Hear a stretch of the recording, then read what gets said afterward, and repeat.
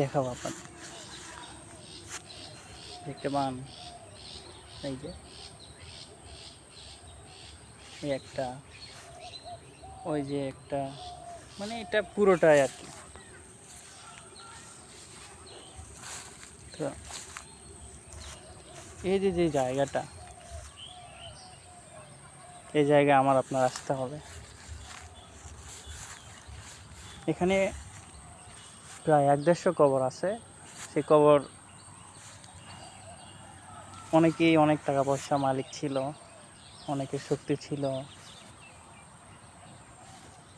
তার আজ নাই।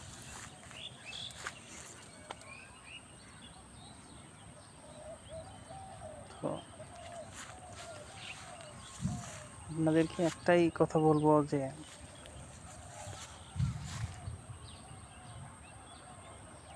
এত অহংকার, বিদ্বেষ, মারামারি, হানাহানি করে কী হবে বলেন?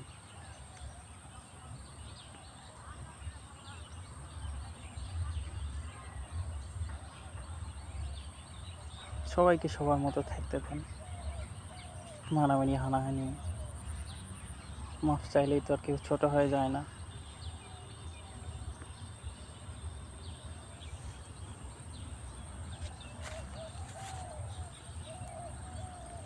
সবাই সবাইকে ভালোবাসতে শিখেন, তাহলেই সব কিছু সুন্দর।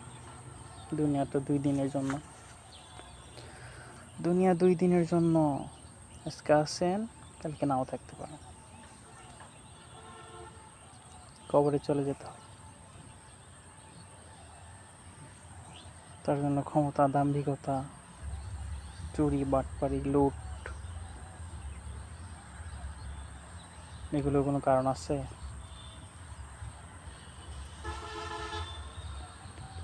এগুলোর কোনো কারণ নাই। তো আমি আসছি আজকে এদিকেই।